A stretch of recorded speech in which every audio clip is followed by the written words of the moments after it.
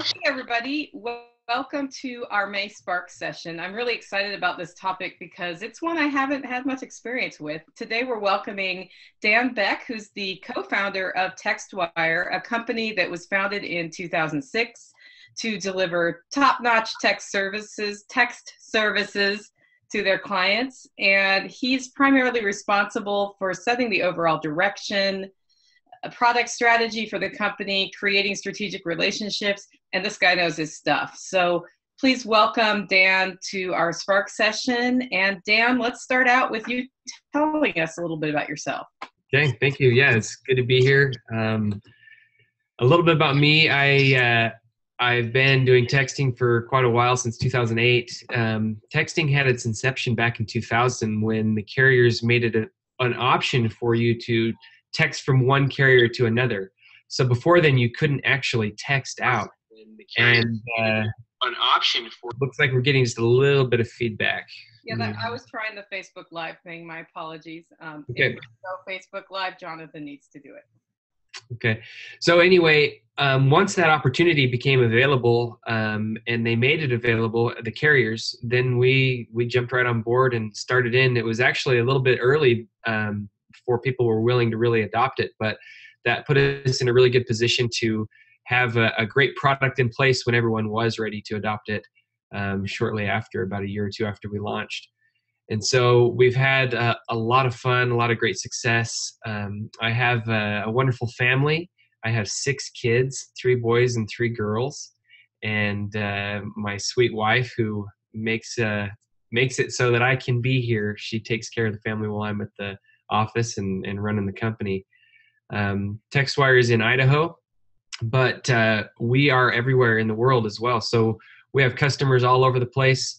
Really, we have a great international reach. About 190 countries, 770 mobile carriers across the world we can reach. A lot of our customers find themselves wanting to communicate in the US. And so that's where our primary reach is. But I believe we'll pass international traffic will be greater than our domestic traffic. So any other specifics you want to know about me or Txtwire for that introduction? I'm pretty sure they'll come out throughout the session. So let's start with our first question, which is when should an organization use text for outreach, and what should they expect as a result? That's a great question. So my first response to that is texting is one medium among many. And I would tell you to use email where it's appropriate. If you have a lot to say, a lot of times an email is a much better solution than texting. But if you have something that you need to get out to people and you need to get it to them right away and you want them to read it quick, a text is a great way to do that. Now, there's other mediums that you can do that as well on, but fortunately, a text message, when you have a list of people you're going to text, they want to be on that list. We don't do any spam at Txtwire. We don't even allow it. The carriers don't allow it. There's heavy fees and fines if you do any spamming at all, which could definitely shut your company down. So that's something that we completely avoid. And that being said, when someone builds a list with us, they get a really, really high read response. About 97% of the messages that go out get read right away. And then the other short percentage of them will get read a little bit later. Sometimes someone's in a meeting, they can't read that message, but for the most part, those messages get read really fast. And that being said, these people want to hear from you because they opted in to hear from you. So the response when you do have a call to action is really high. And that's another thing that I would say as part of your question. What people will typically want as a call to action when they send a text, they'll want you to do something. And that's where a text really fits well. So for example, you want donations and you're coming up on a deadline. You send a text out to those folks who have committed, who have said, I want to get involved and be part of this. When you request that, there is a high response. And not everyone will donate every time that you send it out. And sometimes you need to be careful on how often you do send that. But the point is, you can really get a good response. And a get out the vote text, just telling people it's time to vote. And not only for you, but to go share that with your friends and help remind them to do that. Another great one is a viral campaign. So you want something out there and you want it spread, you send it to your text base and you tell them to forward it on, and then you just start having some geometric progression. People will start sending something, and if it's something that they want to share, that they think their friends will want to hear, then they'll send it right on to the next person. So you're going to have a far greater reach than anything that's on your list. Oh, that's cool. So one idea when setting up an outreach campaign is your call to action is share this further, basically. Yeah. So encourage that. Oh, that's a great idea. So when setting up a new outreach campaign, like a text one, of course, what does an organization need to think through before they work with a company like yours in order to be most effective with their campaign, but also, most effective with your time and their time? I think the key is starting early. You don't want to need to send a message today and not have a list. So you got to start from the beginning. And a lot of times you don't know what you're going to say when you start. So in my opinion, the key is to start growing a list and have kind of a generic message of why they should opt in, why they should be part of your list. And a lot of times a get involved campaign is really where I would start. It doesn't really tell them what they're going to be getting involved in. And so you're going to get a large swath of people, but there are still some that you need to focus on in other ways. But then once you have that list, you can send a message out and ask them if they're interested in donating or participating on this level or this level, respond. And for those that respond, now you've got a subcategory, and you can build up these sub lists and set it up to where someone can send a message out to a list of, it could be half of their subscribers, and they'll have an amazing response. If they were to send that same message out to the entire group, but it really only applies to half of them, then their response rate goes way down. So it's really key to understand who they are and help them know what they're going to get, and never surprise them. If they've decided they want it, they're going to be happy. And then also put yourself in their shoes. What is it that I would want to receive? And if it's not something you'd want, then don't send it. Yeah, that makes sense. I have a couple texts I get from stores that give me coupon codes from time to time, and I like those, of course, but I don't always like the, hey, it's just don't forget us and go to our website sort of calls to action. Those become annoying to me. So what would you say to this question, which is one that comes up a lot when I'm talking to people about text messages in the context of like email campaigns and direct mail? Can you buy a text list? And if so, how does that work? Yeah, that's a great question. We get asked all the time. That's something that you can't do. There are not any text lists that are out there that I know of that people are selling. And if they are, then you would most likely be spamming.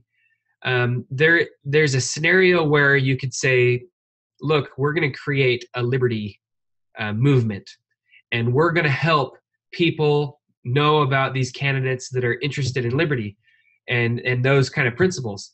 That may be something where someone who you vetted out could come to you and say, can I talk to your group? That would be the only scenario that would work. But those individuals knew what they were getting into, and it's avoiding the spam. And I think you told me earlier, what is the fine if I spam with text message? A minimum of $500 per text, and it's up to $1,500. So it can be really expensive. You send out a blast to a group that did not opt in. Let's say somehow you came up with their phone numbers on some database that you purchased, and you just sent them a message. It is some hefty fines. Okay, so in summary, an organization should use text for outreach when there's urgency and a clear call to action that the text messages can help them with. Something like get out the vote, or, come use this coupon at Home Depot, or things of that nature. And when setting up the outreach campaign, they should involve a company like yours early on so that the strategy makes sense and you can advise them on what works and what doesn't work. And then it's not a good idea to try to buy text message lists. And if people are selling them to you, you should tell them to pound sand, because you may end up losing your business to fines. Is that basically everything in a nutshell? That's right. And a lot of times our customers, they get concerned about the compliance. And so we really hold their hand through that and make sure that all the I's are dotted and T's are crossed. We don't want to have any problems. We don't want our customers to have any problems. And in the time we've been in business, about 10 years, we haven't had any. So, and we've worked on some really big campaigns. We had a lot of the presidential campaign texts go through our company, and there's a reason for that. There was other firms and other organizations that helped craft the message and what to say, but they all routed through us. And that was a really fun project to work on. And there's just lots of campaigns going on that we'll participate in and help on. And we just love to help people be successful in communicating. Another thing too that I didn't mention earlier, but this is really important. There may be some information you want to get out, and just giving someone a teaser and a link is a great way to get them to see that stuff. So you'll just give them the headline and with the link, and they can go see the rest of it on their own. But you're pushing the information out that they need to see right now. Except for we have to be careful about being fake news, right? Oh, no fake news. No fake news. Okay, so speaking of developing the message, how do organizations distill a message appropriately for text message? How do they develop a call to action that's best for text? And I mean, what have you seen work and not work all that great? Just maybe some specific examples. Let me try to think of one. As a high level, what we typically do, we're really good at texting and helping people kind of carve their message down to be a good fit for texting. But we're not always the best at the content for our customer. And they vary. We work with municipalities, we work with marketing firms, we work with large corporations, professional businesses. We don't always know exactly what to say, but we can be that organization that you put every message up against and say, hey, what do you think? And we'll help you kind of manipulate it down. By the nature of text, SMS stands for short message service, and you're limited to 160 characters. So you have to get your message across. And a lot of times, the best way to do that is to just read through it, make sure that you get the main point, and then you give them somewhere else to go to get the rest of it. You may have sent them an email, but you want them to read it right now, so you're going to send them a text telling them you sent them an email that has this urgent call to action. So I would say the best ones are the ones that are very simple. When you do send a message, I don't have any specific off the cuff right now, but you just can't have too much content there. It's just not available for you. So you just make it a really simple message. And what are the calls to action that you see being most effective in text? Is it sending them to a website? Is it spreading the message further, donating money? Like, what are the things that you've seen work best? They all have their place and they all work well. And once again, when you know your audience and you ask them to do something that they want to do, those work the best. So for example, if you haven't set any expectations of getting donations from a group and you're trying to reach out for donations, they want to hear from you. That may not, get as much response from a group that said, hey, I'm talking to this audience of 50,000 people. For anyone here that's willing to pledge, $5, text this message. They'll do that. And every single one that texts in, you're going to get 100% of the ones that text in want to participate. So as you reach out to them for money and different programs where, a new thing will come up and you're going to need to generate money for that thing, you're going to get a high response. So just knowing your audience, it doesn't really matter what you ask as long as your audience is going to want that. And what is a typical response rate from a text message group? I would say you're easily in the 30%, but that can be really low too. A lot of times if your audience is wanting to hear from you and is wanting to give you feedback, let's just say you just want feedback on a certain thing you've done. If they're that type of audience, you're going to get higher than 30%. A lot of times we see 50% and even greater. So I would say it's safe to say that almost always 30% at least. That's at a minimum, but it always goes up from there, especially if you know your audience. Okay, so Spark Freedom's a relatively new company. And let's say we decided we wanted to do text message alerts for Spark sessions, because that's something we do that, you know, Sure. you can send a text out to remind people. How long should we plan to develop a text message list that's going to be, you know, bigger than my 10 closest friends to be useful? And what are the ways I would want to gather those in advance? Because what I'm hearing is you spend time gathering and building your list because people need to opt in, and then it's useful. It's not useful if I'm just like, hey, I want to announce Spark sessions to the world. Gotcha. So I would tell you that Txtwire comes into the play when a business wants to communicate out to someone, to enough people where it makes no sense to do it from your own cell phone. So if you're limited to like 10 people and you could do it from your own phone, then I would just do it from your own phone. Prove the concept. See if you can find something that people want to hear, that people are interested in. And then from that point on, once it becomes too cumbersome to try to send out, 60 texts or 100 texts or 1,000, whatever that may be, wherever that threshold is, then you start to work with Txtwire. And you can tell all of those people with a call to action, all right, we're moving to a texting solution that allows us to communicate more easily with you. Text Spark to this number. And now everyone's in that list.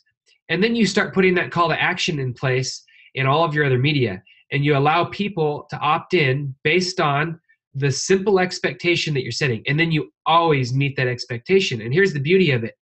You pay per text. So even if you do start small, it's not going to be expensive. You don't have to pay a large amount for a small group. So you're not going to be limited there. And then when you do get into these really, really high volumes and large campaigns, you're talking pennies per text. And you compare that to any other medium of communication, and it's really hard to match. That sounds good. I'm going to take a minute to remind people, if you have questions for Dan along the way, there's a Q&A button at the top of your screen. It might be at the bottom. They just changed the interface this week. Go ahead and click that and throw us your question. I'll work them into the interview. If you're watching us on Facebook, you can also drop it in the comments of the live feed, because I figured out how to get that done without having that horrible echo, Dan. So we are live on Facebook too. Anyway, next question is thinking from an issue advocacy standpoint. And I'm thinking about this from the think tank perspective. You're familiar with Idaho Freedom Foundation in your state, right? Yes. Yes. So if they were going to use this as part of their strategy in 2018, what would be the best way for somebody like that to target the people with messages? I mean, should they go from a geographical standpoint? Would it be by interests? Like, think about the kinds of activities they undertake. Like, how do you think they could use text message to win? There are so many ways they could use it. And the key is to not get overwhelmed by that and just pick one and start there and learn. So it may be that you have a hot issue coming up, and it's going to be maybe centered around a state or maybe around a county. Just do a test right in that county, and you can categorize it that way. And these are folks in that county, and you're only going to send them things that are relevant to them. And there may be a statewide issue that's relevant to them in the future. But the beauty of our service, and in other services, I'm sure that you can find this, is you can categorize these lists. You set them up and you have many lists. It's not just one. Don't ever limit yourself to one list, because you're going to start sending things to people that may not be interested, and you'll get opt-outs, and you'll have people receiving things that they weren't expecting. Okay, that sounds good. And if it sounds like a lot of list management. So how does this, do you provide the database? Do services like yours provide the database, or is this something an organization like mine would be tracking in the donor database or on a spreadsheet? Our service does allow you to track that and set that up. So we'll create keyword-based campaigns, and when anyone texts a specific keyword, then it goes into a certain bucket, and that's just where it's at. And we have an easy display for you to follow and see how many people are in this list. And if you want to create a new one, it's very easy to do that. The second you create the keyword, as long as it's available and not being used in one of your other campaigns, then it'll be live and ready to go. And we can also set it up to where you can do like a form online where someone can be on a website and add themselves. They can text in, And then you can do the old-fashioned paper, when they sign on a piece of paper and they check the box and so on. And then those, as long as they're vetted out and we can prove that in the case of any question in the future, we can upload those kind of subscriptions. Okay, so I think my first interaction with text message was, in 2007 or 8, and it was the way it was being used by organizations and by candidates was, I'm speaking at a rally. I say, if you want to give $1 to the cause, text 12345. And then it would charge, somehow magically that equaled money. And I've not heard of people using it much beyond that. And this seems like an unexplored tool in a lot of ways. The question I wonder is SMS equally effective for people of different ages, or is this somebody, something that you're reaching usually this specific age range? And then what does that mean? You're muted. Thank you. There is probably an age range of people that are used to texting. So there's going to be kind of a fall off a little bit on the upper end, and then on the lower end of people that maybe not be interested, period, in what you're doing. But if you're going to get the younger group for sure, and then as people get more and more used to texting, which is happening every day, then you're going to catch more and more people that would want that message. But who wouldn't want a reminder to go vote?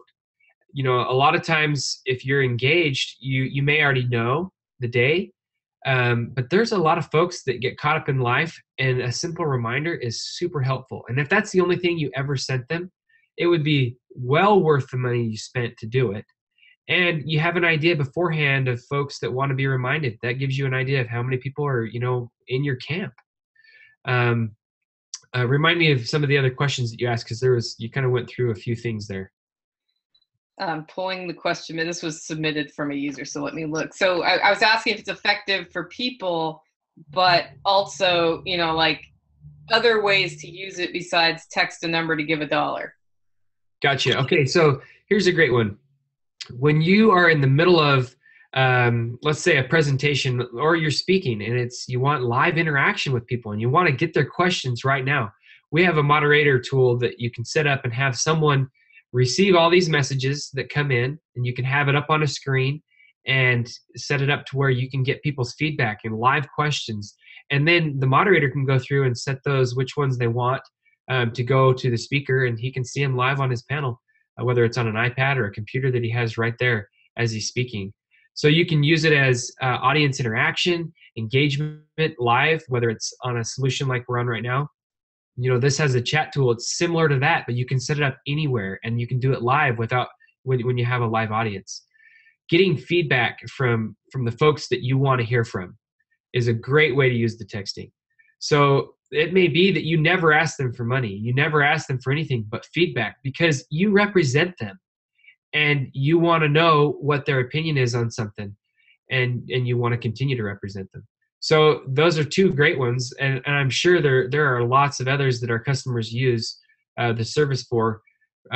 Keeping in mind, we manage services for customers all across the board. So in the political end, sometimes when people are donating or want to get donations, if it's just for a cause, that does some good, but sometimes you want to give them something. And so they may pay a little more for a product, but the extra goes to the campaign, and they're getting something in return. And you'll find that a lot more people will be willing to donate to something like that. Makes sense. Okay, so I'm going to ask you one of my questions before I ask Mike Stenhouse's question. I see he has one in, because I think it's important to ask this. How much should an organization budget for a service like Txtwire? So on the low end, just getting started, you're about 4 cents a message. And when you get up to about 1 million messages a month, if you were to send that many, if your campaign's that big, you're looking at about 2 cents a message. And that's the same price for picture messaging if you were going to send that as well. So for example, you wanted to send something beyond just characters, just text. Those capabilities are there as well. Okay, so it's basically a per message sort of thing. Yeah, if you were to tell me you have this great idea and this huge campaign, I'm not going to tell you a huge price because it just depends on how many people you get interested, which is great for you. You don't have to spend big money on and gamble on something. If you have great interest, then you pay for it. Okay, so Mike Stenhouse asks, is there a way to do anything like a poll or a survey with the service?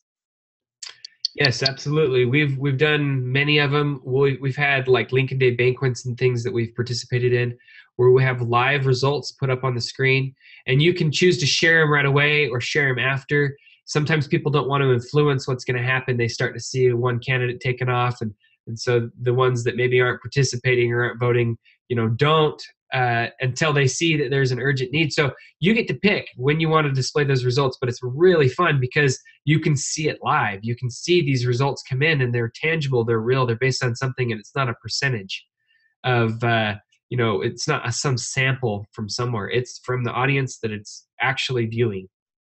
So you could almost organize a whole stump speech around that, asking questions as you go, and it could be pretty interesting. Yeah, we've done that actually with many campaigns with groups. They've set up some sort of a poll for each question and let people put their opinion in and respond and get a feel for every single question. Makes sense. Okay, this comes from Richard Lawrence. Hi, Richard. What are the biggest compliance and legal risks to texting people, and how can you avoid them? The biggest risk is sending someone an unsolicited message. That would be it right there. The way you avoid that is you have them opt in. You never send a message to someone who doesn't want it. We track the opt-in, and we can prove in every case, every single message that we send. And we don't want the liability, and we don't want you to have it either, so we do that. And you won't send an unsolicited text through Txtwire. Okay, well, so you take care of the compliance so we don't have to, basically. That's right. Yep. Okay, so how long in advance do you recommend a schedule of text messages be formulated from just a communications campaign standpoint? Let me make sure I'm understanding the question. So you can schedule messages out as far as advanced as you want. So we have a calendaring function. Is that what you're asking, or is it something? Well, I think it's more, okay, let's say I am going to be working on a bill about educational options, and I want to organize the text that's going to groups throughout, in advance rather than the day of. Like, is there a best practices for how long you think through what are you going to text, what is the call to action, and set that schedule up? Or is it better to do it a bit on the fly as things happen? I think it's a little bit of both. A lot of times people need more than one text. So I would send, depending on what it was, what the issue was, I'd send something maybe a week before and then leading up to it and maybe even the day of, or definitely the day of. And so the leading up to it might be the questionable one, but sending someone 3 messages and you'll change up the message each time, I would say would probably be a standard what people will do, especially for a big event. And if you want to get other people involved and make it go viral, you've got to have a little bit of lead time. I'm sorry, Nicole was looking at the Facebook questions when you ended, so it took me a second to switch back over. Okay, so the next question, it's a timeliness question as well. If something is timely in the news, does a texting campaign work better than if it's more or less something that's scheduled out long term? You know what I mean? Like, I guess from the think tank standpoint, they're not necessarily just like candidacy, bill, legislation, whatever. They're thinking we need to get an overall foundation of understanding, so they're able to schedule things out a year in advance. Yeah, so what you'll want to do is always keep in mind who the audience that you're talking to, like I've said earlier, and you'll have many lists that you'll create and set up. And I would say it would be smart to definitely schedule out messages that you're going to happen throughout the year, but don't be afraid to reach out to them the day of and on the minute if something comes up. Always keeping in mind, would these folks want to hear this? And so you're always managing expectations that you've set in the beginning. You also have to set an expectation of the frequency. how often you're going to send them messages. It might be that you told them you're going to send them 2 or 3 a month or 5 a month. And you don't want to go over that. You don't want to tell them you're going to send them something and send more than that. So you have to keep those things in mind. But if something really crazy is going on and everyone's going to want to know it, even if they've had this expectation they're only going to get 1 message and they happen to get 2, if they're interested, they may want it, and they'd be disappointed to not get it. Okay, well, that makes sense. It looks like we've gone through all the external questions at this point. So is there anything you'd like to tell us before we sign off? Just that I wouldn't say texting is the only medium, because then, I use other mediums all the time. But if you leave it out of your toolbox, you're just letting that opportunity for success go to the other side, which unfortunately they've capitalized on, and they've done really well. And it's something that I know works just because I'm in it, but we've seen the results from other groups that have used it. And it's just something we can't ignore. And if we do, then we're going to be right where we're at in a lot of cases. So. Okay, I did get a final question that's hilarious from Mike. Okay. He said, "Is there a big discount for webinar members today? LOL." For those, absolutely. I was going to say if you have a beard, then there's an even bigger discount, but you have to send a picture. But yes, there's definitely, we can do a discount for those getting in. We do a free trial to set up on our website anyway. And I can put together a discount. We'll put a package of messages together and allow you to test the system out even further beyond the month free trial for free. So the free trial is 1,000 messages for a month. You get, I think, 4 keywords, and you can set up some test campaigns. That's usually enough time for anyone to test the waters and get it figured out. But I'll put together another package for this particular group. Great, Dan. And if people want to get hold of you, how do they reach you? You can email me, and you can also call me. My email is dbeck@txtwire.com. And if you were to call me, it's 208-227-7701. Wonderful. And we will, after the webinar, we'll package this down and put it out on the Spark Freedom Facebook page and on our YouTube. And there's a blog post that goes with that. So we'll just make sure your contact information's in there, and we link back to the website. Texting really seems like a tool that hasn't been explored much by most of the people that I've been working with. And it seems like a powerful tool they could add to their overall campaign plan. So, I mean, we'd be glad to work, anybody listening, we'd be glad to work with you about ideas to integrate it. And then it sounds like Dan will give you a bit of a discount for listening to the webinar. So thank you, Dan, so much for making time. And we'll see everybody next month on the 3rd Thursday. Thank you. Bye.